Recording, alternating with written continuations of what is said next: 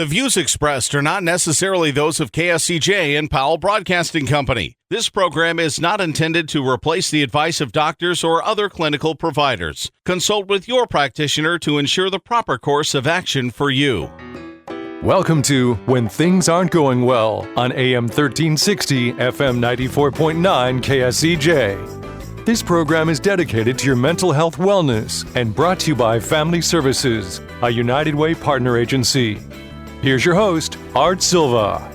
Good morning, Siouxland, and welcome to this week's edition of When Things Aren't Going Well. This show is dedicated to your mental wellness and how you can help yourself navigate the daily highway of life. We hope to educate and motivate you to help improve your mental wellness environment. I'm Art Silva, and our show is brought to you by Boys and Girls Home and Family Services, a United Way partner agency serving the Siouxland community. We have two special guests joining us today, and we're going to talk baseball, specifically Explorers baseball. Welcome Explorers manager Steve Montgomery, also known as Mongo. Also, welcome Bobby Post, the X's pitching coach. Good morning, and thanks for joining us today, guys. Hey, thanks for having us, Art. That's really good. You know, we know what you do in a diamond, and this is a sign of spring, seeing you guys, spring and summer, seeing you guys again. So we're looking forward to a great season with the X's. So before we get there, you know, we all know who you are, but going to give you a chance to give a little background on yourself. So, Steve, you want to lead off? Yeah, sure, Art. Thanks for having us again. And, grew up in Ohio, Art, middle-class family, both parents, as you can imagine, General Motors workers, and, played multiple sports, basketball, baseball, golf, and, just grew up in a farm town, graduated.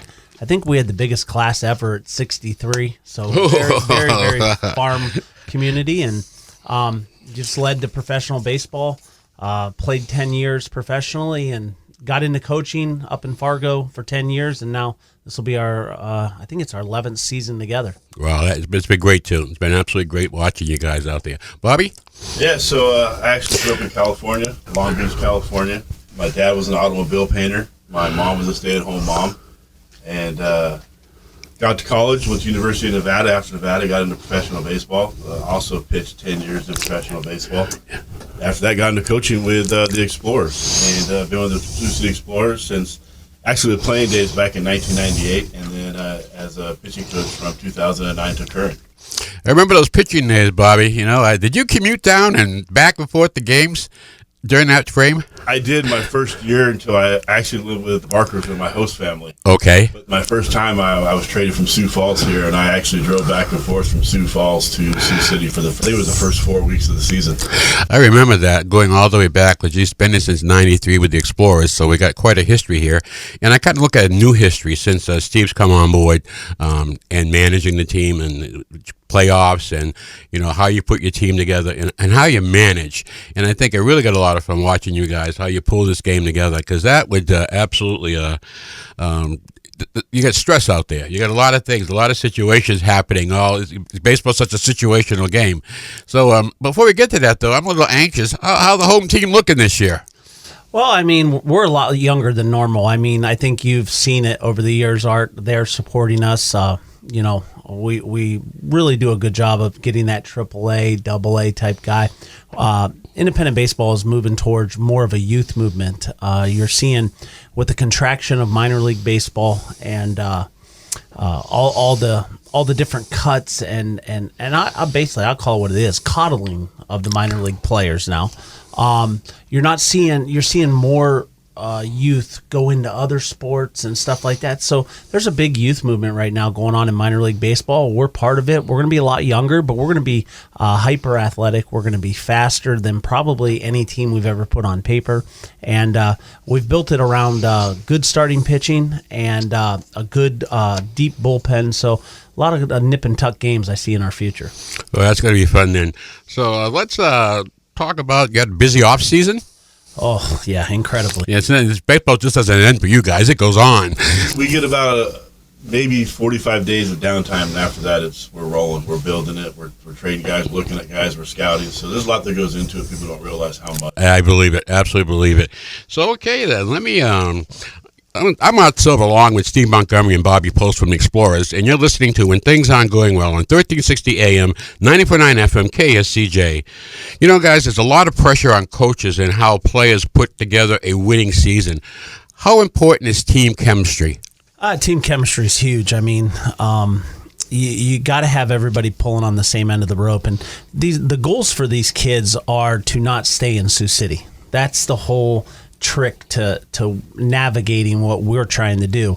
They want to move on, and we've been fortunate enough that nine of our guys have left us and made their major league debuts. Watching them on TV, it's great and outstanding, but it takes all of us doing our job to get one guy picked up, and that's what I stress so much in spring training is that, you know, if a pitcher gets picked up, that means the catcher's doing his job. He's putting down the right fingers. He's calling a great game. He's blocking balls in the dirt. The infielders are picking up ground balls. They're turning double plays for him. Outfielders are running balls in the gap, because we know that all happens in the game of baseball. So it takes all of us to get one guy picked up, and that's been kind of our MO this whole time is everybody pulling on the same end of the rope to get a job done. And I tell them, you know, you might be here 20 games, but in those 20 game stretch, help me win as many games as we can. Well, that sounds great, and you can see, pulling for the other guy to come up. You know, as you go up the ladder, those openings become fewer and fewer for ball players. So to have that kind of approach, like, "Hey, man, I'm glad you made it," and not the petty jealousies that can invade a clubhouse and forget about that whole movement of getting everybody down the field.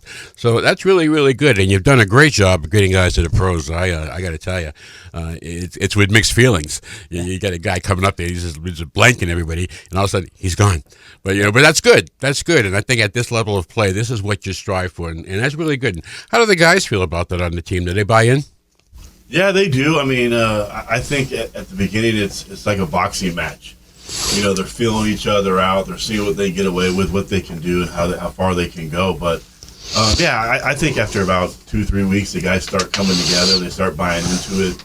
They become friends. They become teammates, and they realize that it's not the same grind as organization baseball, that you're not backstabbing the guy in front of you, but yet we're pulling on the same end of the rope to get out of here. So you see it. It takes about 2-3 weeks, and they come together, and then it becomes fun. That first road trip, Art, right? First road trip. You get everything settled out in the first road trip. They come together on that first road trip. I love it. I got to tell you, Bobby, you talked about how ball players, they're just conditioned as they come up the ranks that, yeah, it's the backstabbing. It's all about me, and I got to get going out here, and I'm playing for myself. I'm not playing for the coach anymore, yada, yada, yada. But you know what? When you can pull a team together, and they're happy to see Joe move on, and Joe did a good job here. Hey, that could be me next. You know, but put it in. It's one game at a time. You put in everything you can. Like Steve said, 20 days, give me the best you got for 20 days. That's it. And that's all you can do. So that puts you guys in a tough position coming up with lineups. And I know you work with visas in the off season, and that could be another thing nobody knows about. Right, yeah, it does, because they're not coming for the guy hitting 200. They're coming for the guy that's hitting 350 in the middle of your lineup, and he's doing everything. He's driving runs in, he's scoring runs, he's coming up with clutch hits. So it does make it challenging. It makes us have a list ready to go for the next best available player, and no one's going to replace that AAA guy, right? We're going to have to do it collectively as a group. Mm-hmm. Well, let me ask you this: what do you and your staff do to address the overall mental health awareness of your players? I love your chemistry. I love to put it together, but individual guys are all individuals. What do you do along those lines? To be honest with you, in professional baseball, you see a lot of it. You see a lot of kids that are struggling with the mental part of the game. We have a lot of kids that have been released, and they don't know how to deal with it. So they're going through the psychological, the emotional, the negativity of being released, and don't know how to deal with it. It's being a father is what it is. It's putting your arm around them, saying, "Hey, listen, if you haven't been released more than 2 times, you haven't played the game long." and trying to pick them up. It's a constant battle. It's a constant picking them up, tapping them on the rear end, and telling them, "Hey, there's bigger things than baseball in life. Someday you're going to be a father. Someday you're going to have to talk with your kid." But it's just more of trying to instill that trust that we're here for them, and to pick them up when they're at their lowest point. Well, I got to tell you, here on the head father, you act like a father. You have these kids with you, and they're in a new spot. they're trying to move up the ladder. I think a ball team, a loose clubhouse is always fun. If you can hear laughter and stuff like that in your clubhouse, that's always a good sign. I know you guys come out in the field and they're ready to play. So whatever you've been doing, you keep doing it, because you got a tough market to sell. Because Sioux City isn't the biggest market in the league, and you can do more things in Kansas City as a player. You can do more things in your off time in Omaha as a player. But we got a special flavor here in Sioux City, and that's got to bring the right player in, and the right player, I think, will thrive here. I agree. I say it when in my recruiting pitch. I say that I don't want the best players. I want the right players, because it takes a special individual to play here. It's the smallest market in the league.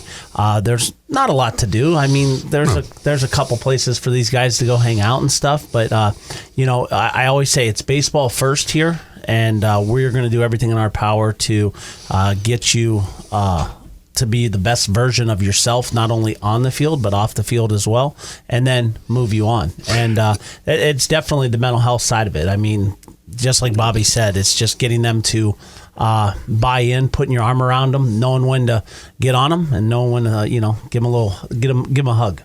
Well, they certainly got to be pleased with your record of getting guys to the major leags out of Sioux City. So if you're coming here for baseball, we got a record here that we have moved guys along, so that won't hurt you. No, that's part of the. Hey, you want to call the next guy? I got a guy on the call. I mean, you kind of got our sales pitch down here, Art. Well, you got a great job, and I can't wait till the season starts. We're coming up on our break, so continue to enjoy the dawn of another beautiful day.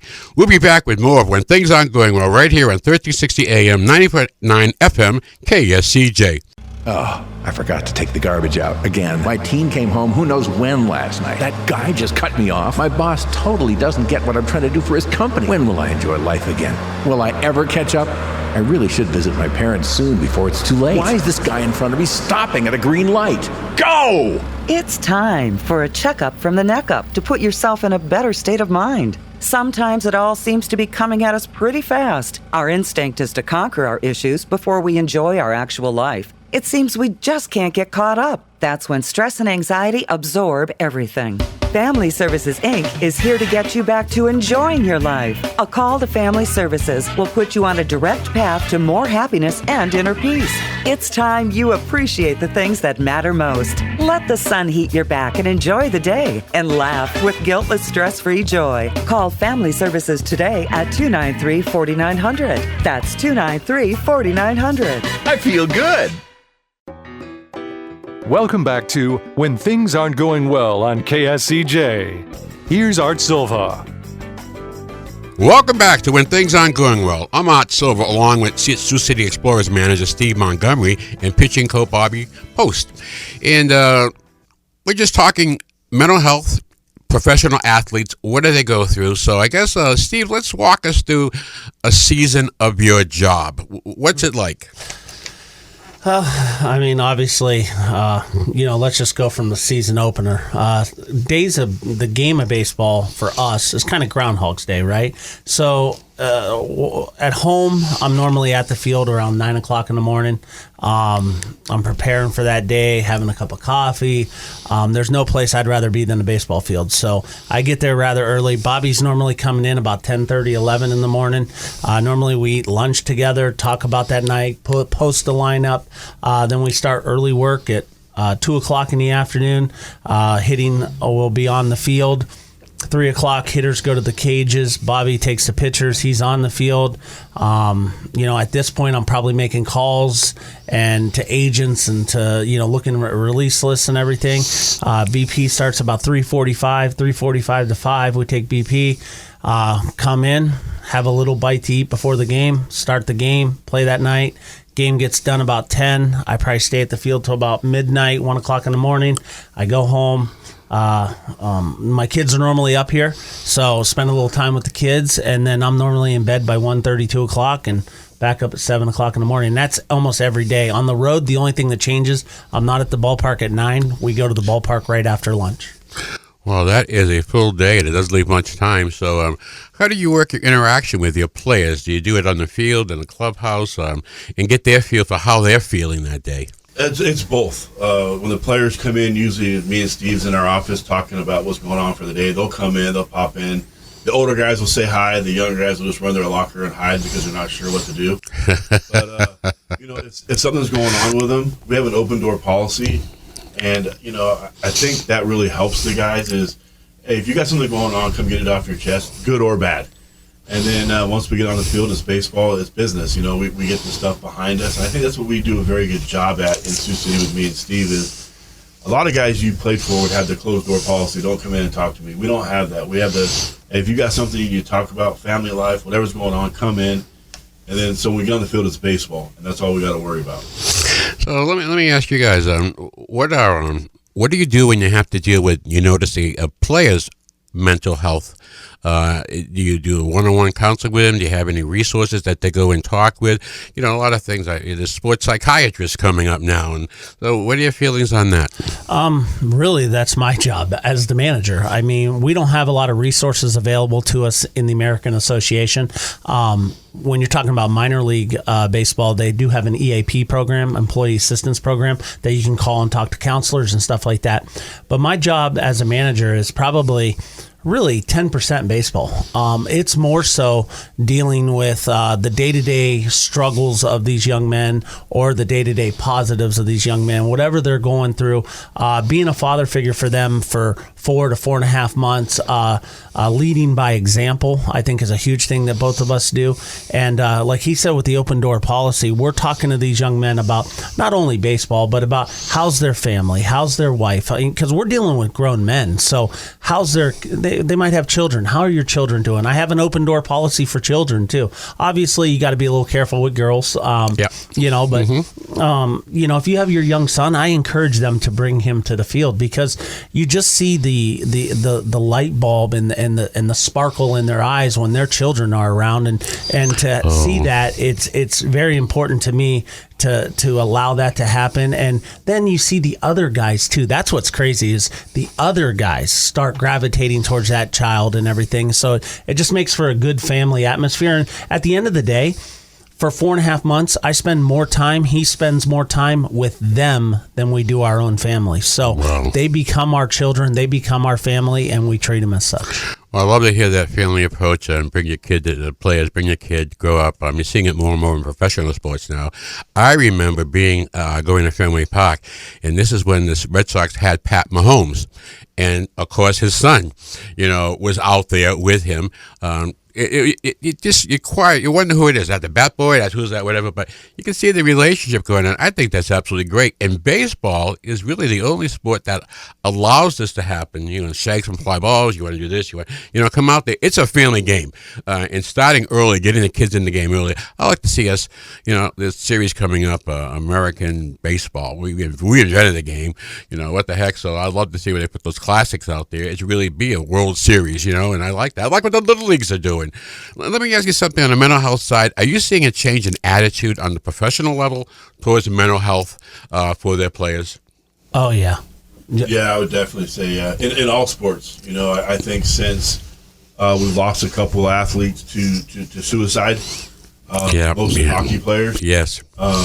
You're starting to see the mental health really, really take over. And therapists getting involved in sports and making sure guys are okay. It's good to have, I'll tell you, because there's an awful lot of pressures you guys go through that people just don't see. The pressure of an individual coming up there. In this sport, you can fail 70% of the time and do well. Yeah. And so there's a lot of pressure up there, and the competition keeps getting tougher and tougher. The players bigger and bigger, and we tend to forget. We talk about all the physical side. Come on and take a swing, but I got to tell you. What's between the ears? You got to manage that, and I know that, Steve, as a coach, you got to find that button to push on every player, and it's different. Yeah, and not only that, but the button I got to push internally myself. I mean, I'm not ashamed to say this. Bobby's the one. Bobby's family pushed me to go do it. I went and saw a therapist this off season because I had to get some stuff off of my chest. Recently I've been going through a divorce, and I had a lot of built up anger. Not only from the divorce and everything like that, but through my childhood, I there was never counseling and stuff available. So the Siouxland Mental health. Is that where I went? I think so. I went 3 times a week for about 3 to 4 months, and it really helped me out, and it gave me an avenue of talking to somebody that I felt like didn't have judgment on me, and it's probably the greatest decision I've made. I think a lot clearer now. I'm able to process things differently internally that have happened. My son just had Tommy John surgery Friday, so old Steve would have been in panic mode and everything like that. I'd have been a train wreck. But now I'm like, okay, everything happens for a reason. Let's deal with it. Let's figure out how to, and not only helping me, but I'm helping him go through it, because he mentally right now is distraught because he thinks his whole career's done. And I'm trying to be the rock for him moving forward. That is so good to hear. We're in the mental health business, and what you're doing, hats off to you. It does work. People get this old thing, you come in, you lie down on the couch for 5 minutes, and it all started with my mother. It's a lot of stress out there. There's a lot of pressure. And sitting down, the first thing is to get it on the table so you can have this conversation. And yeah, when you say, I feel good, it works, folks. So I highlight Steve. Hats off to you for breaking that stigma, for being brave, for setting the leadership on your team and your players. Hey, listen, I'm going to get some help. It's like coaches can call for a timeout. When you need, I tell my folks at work, you need a timeout, call for a timeout. You got to get timeout. Yeah. And we overlook that. So that's good to hear. And I'm glad to get in that balance back in life, because it's all about process. Going through it's all about the process. It's hard. I mean, the pressures I feel are different than the pressures he feels. When he's taking the mound, there's pressure on his guy to perform. When we're out there offensively, he's coaching first base. There's a little pressure on him, but he gets that breath where I feel like I have the pressure at all stages, and I'm trying to win that night's game. And he'll tell you I'm so hard on myself mentally, because if we lose that night's game and a pitching change didn't work out or a hit and run didn't work out and stuff like that, I really take it personally. And that's what the mental health side of it. That's where it helped me, that it was the right call in the situation. It didn't work out. Yeah, it didn't work out. I feel that internally, and I'm able to process that now. Now, this will be the first season, Art, that I'm actually going to try doing some of the exercises and stuff that I've learned. Breathing exercises and stuff, yep. Yeah, and so we'll see how it works. I mean, I'm my biggest and hardest critic. I think Bobby would agree with that I really take winning personally, and when I don't win, I take it personal. And when I do win, I'm probably the happiest guy in Sioux City. This has temporarily. Hey guys, this has been great, and I'm telling you, I can't wait for the season to start. And Steve, I'll tell you, we're going to root you on this year. Love what you guys do. I got a good feeling for this year. Weather works for us. Everybody stays healthy, and maybe get another guy a shot up to the big show and get a chance to play there. We're coming up on the end of our show, and we always end the show with a joke. So I want to keep the baseball theme going here. And here you go. Here's the joke for today. What would you get if you crossed a pitcher with the Invisible Man? Pitching like no one has never seen. How do you sign that guy? You got to sign that guy up. Thanks, Steve. Thanks, Bobby. And thanks to our listening audience. Shout out to the Sioux City Metros in the recent championships. You guys did wicked good. Congratulations. We'll be back next Saturday morning at 7 a.m. right here at 1360 a.m., 90.9 FM, KSCJ. Boys and Girls Home and Family Service is a great place to work, and we have immediate openings for full and part-time positions. Call our HR manager, 293-4700. Your homework this week is to get your Sioux City Explorers tickets for the upcoming season. Call 277-WINS, 277-WINS. Explorers Baseball is good for your mental health. Have a great week, and may the sun shine on you. Happy trails to you until we meet again. Happy trails to you. Keep smiling until then. Happy trails to you till we meet again. For more information on the services provided by Boys and Girls Home and Family Services, see them online at boysandgirlshomeiowa.org. Or you can call 712-293-4700 to get more information about family services, residential treatment, the Opportunity School, the Siouxland Family Center, and more. At Boys and Girls Home and Family Services, we change lives.